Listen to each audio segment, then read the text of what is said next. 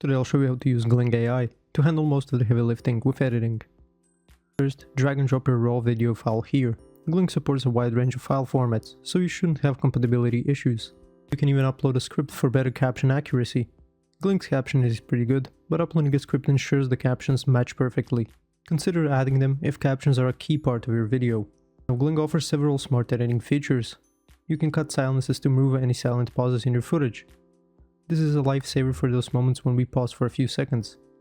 Next is bad takes. If you make a mistake and restart the line, Gling will cut out the extra takes. If you're doing a video with a lot of face-to-camera movements, consider adding a jump cut zoom. It zooms in slightly for each jump cut, creating smoother transitions. If you have any background noise, Gling's remove noise option will filter it out. Click on this to clean up your audio. Once you've selected your edits, hit Enhance and Edit. Gling will take it from here. While you wait, Gling offers some useful tips and tutorials. Take a quick look at these, as they may introduce new features or updates.